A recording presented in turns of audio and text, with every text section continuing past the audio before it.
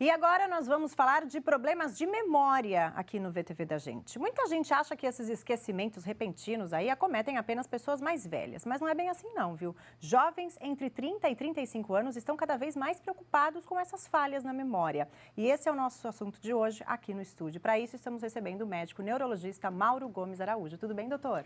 Tudo bem, Vanessa, telespectadores? Obrigada pela sua presença. É um assunto aí que a gente vê as pessoas comentarem muito, né? Quem nunca, né? Falou, ai, puxa, esqueci onde parei o carro, esqueci alguma coisa, não lembro o nome de tal pessoa. É muito comum, né? E por que isso acontece, doutor?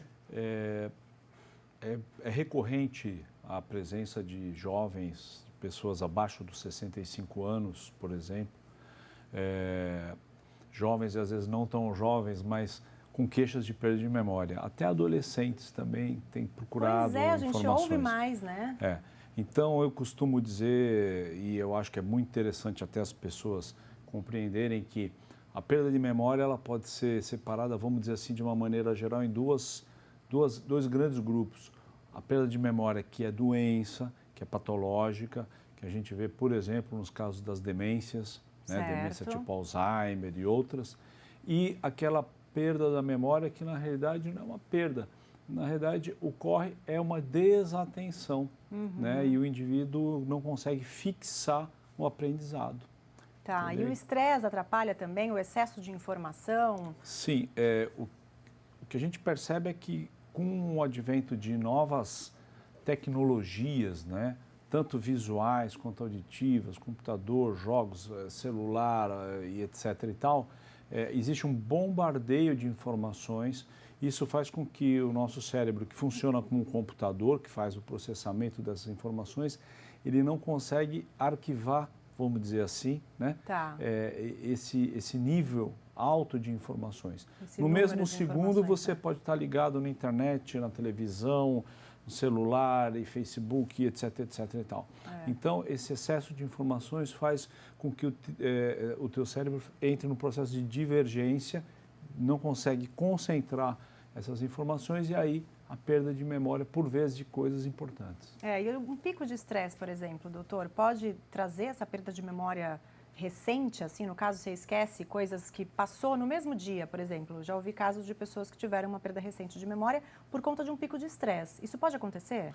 O estresse... Ou está relacionado a alguma patologia, no caso? Sim, o estresse, ele é causador de uma série de problemas no organismo da gente. Isso você vê no dia a dia. Sim. O camarada tem um estresse vendo um jogo de futebol e infarta, por exemplo, ou faz uma hemorragia digestiva, enfim, o estresse, ele atua no corpo como um todo, no todo o organismo. Diretamente, né? Diretamente. Não seria diferente na memória, né? Porque quando você está no nível de ansiedade, o teu cérebro está hiper excitado, com hiper reativo, né?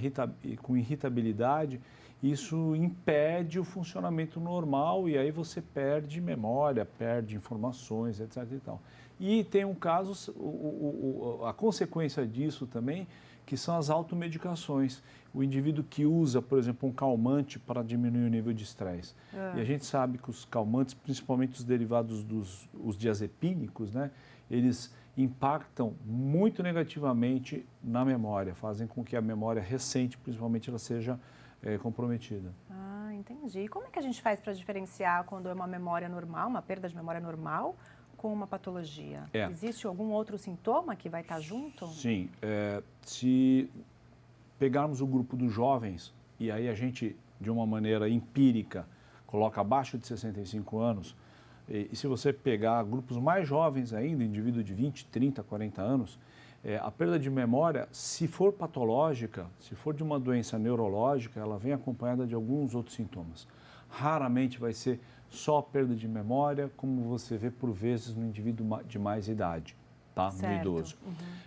Nos idosos, nos indivíduos acima dos 65 anos, a perda de memória ela pode vir só isolada como uma entidade única. E aí existem testes que podem fazer a diferenciação se é um processo patológico ou é fisiológico ou normal. E esses testes seriam exames, doutor, é isso? Sim. Existem exames que detectam isso? Sim, existem exames que detectam anormalidades no cérebro, exames de imagem, exames neurofisiológicos e testes de memória, avaliação neuropsicológica. A avaliação neuropsicológica são testes que fazem o estudo do funcionamento de diferentes áreas cerebrais. Por quê? Porque a memória, quando a gente fala de memória, a memória ela não é uma estrutura única. Na realidade, a memória ela é a junção de diferentes memórias. Te dou um exemplo, memória olfativa, memória gustativa. Quantas vezes você deve ter ido em algum lugar, num restaurante, numa festa e tal, você come um alimento e fala, nossa, esse filé lembra a comida da minha avó. Sim, sim. Isso é memória gustativa. Ou um cheiro, nossa, esse perfume me lembra a minha mãe. Até auditiva também, tem músicas que lembram coisas, me lembra um momento. É, Inclusive, isso a gente usa até como técnica de memorização. Os indivíduos que eu ia perguntar isso para o senhor. Existem técnicas que dê para melhorar esse lado da memória? Assim, existe um grande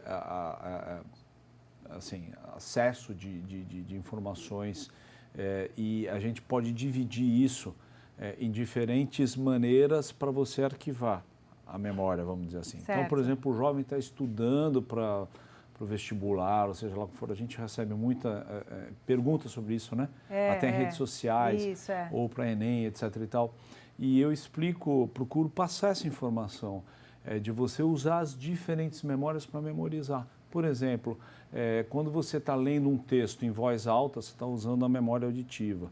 Quando você lê, você está lendo em voz alta, você está usando a memória visual e a memória auditiva. Estou usando dois tipos de memória. Né? Se você, por exemplo, lê e caminha, você está usando até a memória motora. Tem gente que acha que memoriza melhor, por exemplo, caminhando e lendo em voz alta. Tá? Então, são técnicas que você pode utilizar para reforçar a informação, para reforçar a estocagem, vamos dizer assim, né? A guarda daquela informação. Usar os diferentes tipos de memória que, no fundo, lá dentro do cérebro, numa estrutura chamada hipocampo, eles acabam se integrando. E facilita. E sendo arquivado. Sim, sim. Tá?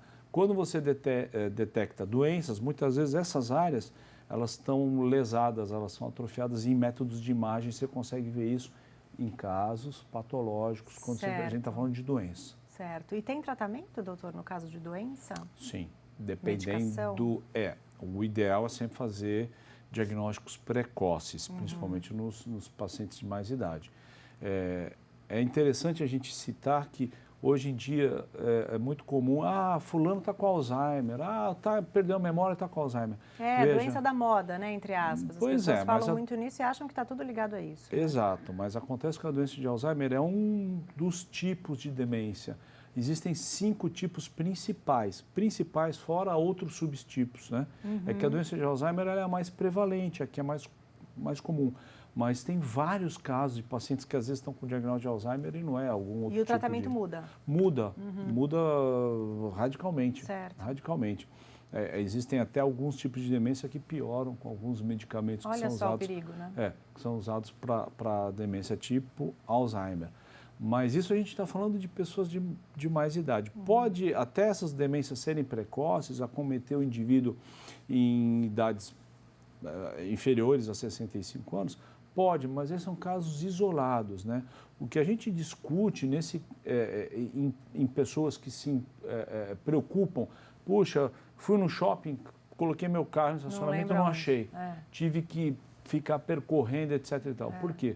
Porque não teve atenção aonde deixou a sinalização, a numeração que existe. Sai pensando, né? Então, em outra coisa, nem sai se atenta pensando a isso. Na morte da bezerra. Excesso de pensamentos e informações, né, doutor? Exato. Então, a doença da moda não é uma doença. Na realidade, é uma circunstância. Sim, pela qualidade de vida que as pessoas têm levado. Né? O bombardeio de informações. Tá? Você não consegue memorizar se você está sendo bombardeado visualmente, auditivamente, até do ponto de vista motor. O camarada está na rua, eu vejo isso. A pessoa está na rua vendo uma imagem com um foninho, falando, às vezes no celular e andando. E andando, Olha só, tudo ao mesmo tempo. 3 funções cerebrais diferentes ao mesmo tempo. Como é que você vai memorizar uma informação dessa maneira? Não vai. Não vai conseguir. Sem dúvida. E jogos? A gente ouve falar muito em jogos de memória, jogos de xadrez, inclusive, que ajudam na memória. É verdade, doutor? Pode ajudar? Sim. Todo tipo de... O porquê? Quando você vai jogar xadrez, por exemplo, você citou um dos jogos, vamos dizer um deles, né? Quando você está jogando xadrez, você está concentrado em mais alguma coisa? Não. Não. Então a resposta é essa. Na realidade, os jogos ajudam porque você se concentra naquilo só. Naquilo. E é óbvio que alguns jogos que usam algumas plataformas que você tem que usar o raciocínio lógico, faz com que você, além de se concentrar naquilo, você estimule áreas relacionadas ao raciocínio. Tá? Como eu te falei, a gente está falando sobre memória e função cerebral, mais complexo ainda, mas quando você tem que usar o raciocínio, você está usando o raciocínio lógico, por vezes matemático, abstração. Sim. E cada área que você está utilizando você relacionada a isso, aquela área, né? E são diferentes. Você está usando campos diferentes. Região mais anterior do cérebro, região posterior, região média, né? Diferentes lados, porque eu não sei se vocês e os telespectadores sabem, mas os cérebros são dois, né? A gente tem o lado direito e o lado esquerdo, eles têm funções diferentes. Tá? Cada lado tem a sua função. Exatamente. Então, quando você utiliza jogos de memorização, etc. e tal, nós estamos utilizando áreas diferentes. Entendi. Tá? E, por vezes, áreas que são pouco utilizadas.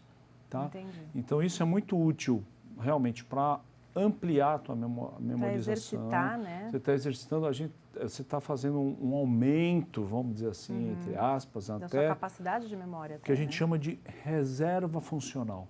Muitas vezes são áreas que estão pouco hipofuncionais, pouco funcionais. E a utilização disso faz com vai que ativar, né? a tua capacidade de memória melhore. Porque memória nada mais é do que conexões. Sem dúvida. Tá? Você nasce com a quantidade de células cerebrais, elas se amadurecem, só que o que funciona no cérebro são as conexões. Por vezes são conexões que estão pouco utilizadas, tá? E faz com que o teu nível de memória, o teu nível intelectual, inclusive, seja um pouco diminuído. Tá certo, doutor. Muito obrigada pela sua entrevista. Conversei com o médico neurologista Mauro Gomes Araújo. Muito obrigada, doutor. Eu que agradeço. Boa tarde para o senhor. Eu que agradeço. Obrigado.